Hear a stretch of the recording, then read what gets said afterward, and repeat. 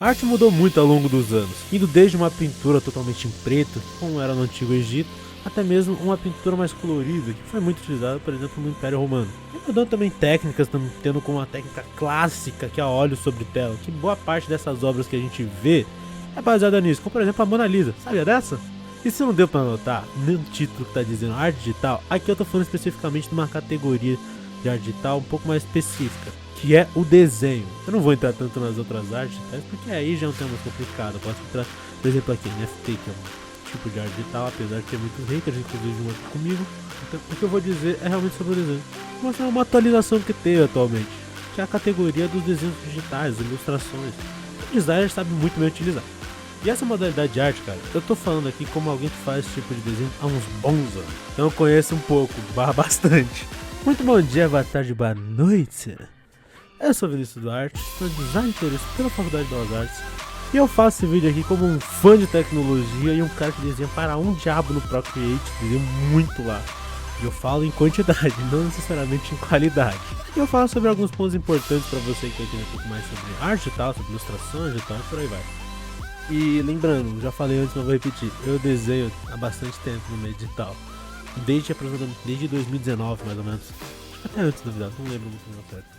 Começando com onde você pode desenhar. Você pode desenhar no próprio celular, na mesa digitalizadora, no tablet. Essas são as opções mais comuns normalmente. E cada um tem o seu ponto. Vai do uso de cada um. Os três normalmente são os principais. Porém, pra ser sincero, cara, não tem um melhor. Pode ser o uso. No meu caso, pessoalmente, o tablet é muito útil. Não apenas pela portabilidade, mas também pelas outras funções que eu posso usar. Como, por exemplo, poder mexer no Word. Isso me ajuda muito. E caso você queira ver um pouco mais sobre o tablet, eu já fiz um vídeo sobre isso. Eu vou deixar ele aqui no card, aqui em cima, se você quiser dar uma olhada. E também vou deixar o link na descrição para caso alguém queira ver. Mas no resumo, o tablet ele é independente. Ou seja, você desenha nele. Então, você pode levar ele para qualquer canto, independente. Então no começo você consegue desenhar. Mas também fica refém do processamento dele. Ou seja, se você tiver um processamento um pouco básico, você não vai conseguir ter muito acesso. E também depende muito da galeria de aplicativos da própria empresa. A mesa digitalizadora é o oposto, por exemplo, de um tablet, onde você fica totalmente refém no computador. Você tem que ter um computador para poder mandar desenho, mas você não fica refém da biblioteca do próprio aparelho, que é muito bom, mas você precisa necessariamente de um computador para poder desenhar. Então é questão de escolher. É questão de você saber qual que é o melhor uso pra você. Se já tem um computador bom, não faz diferença pra você. Se você tem um tablet, então uma mesa digitalizadora, que é bem mais barato, em alguns casos. E o celular, ele é algo muito mais pra quem tá começando. Porque ele é pequeno, não tem uma resolução tão legal, então é um pouco delicado. Segundo ponto, são os aplicativos que você pode desenhar. E aí você tem muitos, cara. Tem os programas mais versáteis, como o Illustrator da Adobe e o Photoshop também é da Adobe, que são os mais gerais, normalmente, que o pessoal faz em design. Até mesmo o Sketchbook da Autodesk, que é um aplicativo gratuito, muito bom inclusive, gosto muito. É que é necessário fazer um adendo. Eu não costumo fazer desenhos aplicativos vetorizados, como o Illustrator ou o Photoshop. Eu vou explicar um pouco mais daqui a pouquinho, só aguenta um pouquinho. O que eu quero dizer é que eu não tenho muito contato com Illustrator, Photoshop, então eu não posso falar exatamente como um profissional deles, porque eu não sou de fato.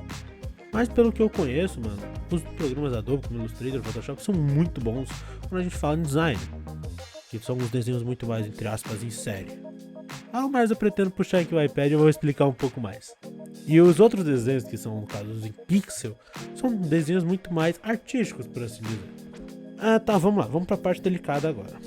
A diferença entre desenho em pixel e em vetor. Antes de explicar o que é, eu preciso explicar outra coisa. Não sei necessariamente onde você está vendo o vídeo, mas esse vídeo aqui, conforme está sendo gravado, ele está sendo gravado na qualidade 1080p. Em poucas palavras, o tamanho dele aqui em cima é de 1920 pixels por 1080 aqui do lado. E esse realmente é o tamanho da imagem, ou seja, é como se você pegasse uma medida em metros, por exemplo. O tamanho de um terreno é de tantos metros por tantos metros. É exatamente a mesma coisa.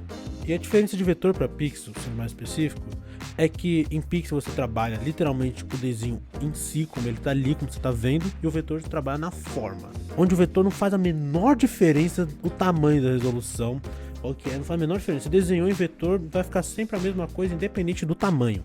E isso acontece porque o desenho vetorizado, o desenho em vetor, ele é muito baseado nas curvas, nas linhas e por aí vai. Não é baseado no tamanho, como posso dizer.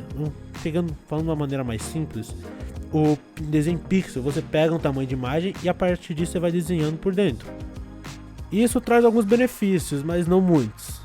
Por exemplo, o desenho pixel, ele é um desenho que você consegue ter ali o mais fidedigno possível que você vai ter no final do processo.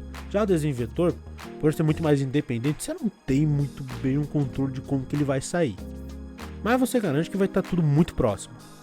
Um exemplo um pouco mais básico também de entender, essa diferença que é até mesmo nítida e muito fácil, eu queria muito fazer um exemplo do seguinte. Eu queria propor um exemplo assim, vamos lá. Entra aqui na brisa comigo. Pensa você vê um prédio. Se você vê ele a 1 km, você vê desse modo aqui. Agora, se você vê ele a 1 metro, você vê assim. Percebeu a diferença? É mais ou menos isso. Quando você desenha em vetor, você só tá vendo só o prédio, não tá vendo, não tá fazendo a menor diferença o tamanho, onde que ele tá, a distância, não faz diferença. Agora, quando você vai transportar isso pro papel, quando você vai mostrar isso, ele vai depender do tamanho. E nesse aspecto que o desenho de pixels, ele acaba sendo na frente, por conta que você tem uma visão muito mais próxima do que vai ser. E o porquê que eu falo próximo e não exatamente, já que o desenho de pixels é literalmente tamanho da imagem? Porque varia muito de tela para tela, de onde você vai ver, então por isso que eu falo próximo. Isso não é só uma questão técnica. Mas leva a regra, desenho vetor normalmente é usado em design, porque normalmente você vai usar em muitos lugares diferentes, muitas proporções diferentes, muito tamanho de imagem diferente, então é muito mais para design. Agora, se você quer algo mais artístico, de regra você vai ter desenho em pixel. Terceiro ponto que é muito importante, cara, é a tela onde você tá vendo o seu desenho. Diferente de uma folha quando você faz desenho, que ali você tá vendo e tá ali, independente de qualquer coisa, tá ali. Então não faz a menor diferença. Mentira, não faz diferença, mas não tanto quanto por exemplo uma tela. E para visualização, aí a gente entra num tema também muito delicado, também muito complexo, que eu até mesmo não entendo muito, mas eu vou falar aqui mais ou menos o que tem de mercado por aí para poder seguir uma lógica. Basicamente, desde que surgiu basicamente o meio digital, as telas e tudo mais, era uma bagunça do cacete. Não tinha muito bem uma ordem aqui, e algumas empresas acabaram surgindo para poder dar meio que um norte nisso. E nisso a gente tem dois padrões que são os principais, que é o sRGB e o Adobe RGB. E aqui vale mais para regra de mercado, mano, o sRGB. E se você basicamente tá fazendo desenho, se você trabalha como designer e tudo mais, vale mais a pena você ir pelo espectro sRGB. Por quê? Porque ele é mais comum no mercado, até mesmo pelo preço, porque é bem mais barato. E como eu disse antes, é muito importante você ter uma qualidade mais próxima possível do que a pessoa do outro lado vai ver. É muito importante, porque aí você não evita ter algum problema que você não notou. Apesar de que eu gosto muito de monitores Adobe RGB, porque ele tem um espectro de cor muito maior. Eu vou ver se eu acho um gráfico de cor, se eu conseguir eu vou deixar aqui. Se eu não conseguir, você já sabe. Mas eu vou tentar ver se mais ou menos aqui ilustrar. Mas basicamente o sRGB, ele é um espectro de cor menor, capta as cores, por assim dizer, do aspecto de visão, diferente do Adobe RGB que pega bem mais. E também é importante você ressaltar muito uma coisa: se você trabalhar, por exemplo, com filmagens e coisas do tipo, é importante você, quando for configurar a câmera, ou por aí que vai, é importante você ter ali nas configurações, escolher o tipo de perfil de cor que está usando no seu monitor, para poder estar ali próximo, porque muitas vezes na conversão acaba perdendo. Ou então filme RAW. O RAW é sem compactação nenhuma. Inclusive por isso o arquivo RAW tem 70 GB. Gente, só um aviso aqui. Tô pensando muito se eu ia dividir esse vídeo em dois, e vou dividir mesmo. Então semana que vem vai ter um complemento, entre aspas, desse vídeo, que vai ser eu mostrando mesmo no meu tablet aqui como que eu acabo fazendo os aplicativos e tudo mais. Que vai ser algo mais pra você poder conhecer, caso você não... Pra você conhecer um pouco mais, não tem muito pra que você ver, porque mano, você já conhece. Mas pra quem não conhece, é legal pra você ter uma noção. Resumo do vídeo. Art Digital é uma nova modalidade de como representar a arte, de como apresentar os desenhos, mais especificamente aqui falando. Você pode fazer tanto numa mesa digitalizadora, num tablet ou num celular. Cada um tem seu ponto, seu contraponto. Vale a pena você que tá aí vendo, mano, tirar suas próprias conclusões. E programa de desenho, cara, o mais importante aqui de dizer é só ficar esperto nos dois tipos de desenho, que é o desenho vetorizado e o desenho que é realmente em pixel. E programa para desenhar tem muitos, cara. Vale a pena destacar aqui o Procreate, que é incrível, mas ele é exclusivo de iPad. Também tem os programas Adobe, Photoshop, Illustrator, por aí vai, tem outros também. O Ibis também, que é um aplicativo que eu gosto muito, o Ibis Paint, que é gratuito também atualmente, se não me engano. Se não me engano, atualmente é gratuito, tem também para Android. Muito bom, recomendo. Não usei, mas pelo que eu digo, pelo que me disseram. Enfim, gente, o vídeo foi esse. Espero que tenham gostado. Esse vídeo aqui foi um pouco mais técnico. Se você quiser ver um pouco mais também do meu uso, vou deixar, como eu falei, eu dividi esse vídeo aqui em duas partes. Semana que vem vai ter o próxima quarta-feira, às 7 horas, que é sempre às 4 horas. Se você gostou, cara, deixa o seu like, se inscreve, por favor. E bom, eu sou o Vinícius Duarte. Não esquece, por favor, de ir lá conferir meu perfil de desenho no Instagram, porque, bom, como eu falei, eu faço desenho digital há muito tempo. Se você quiser ver, tá aqui na descrição.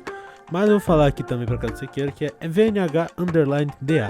Ou seja, que é Vini Digital Art. E bom, esse foi o vídeo. Espero que vocês tenham gostado. Eu sou o Vinícius Duarte. Aqui eu me despeço. Valeu, falou e fui.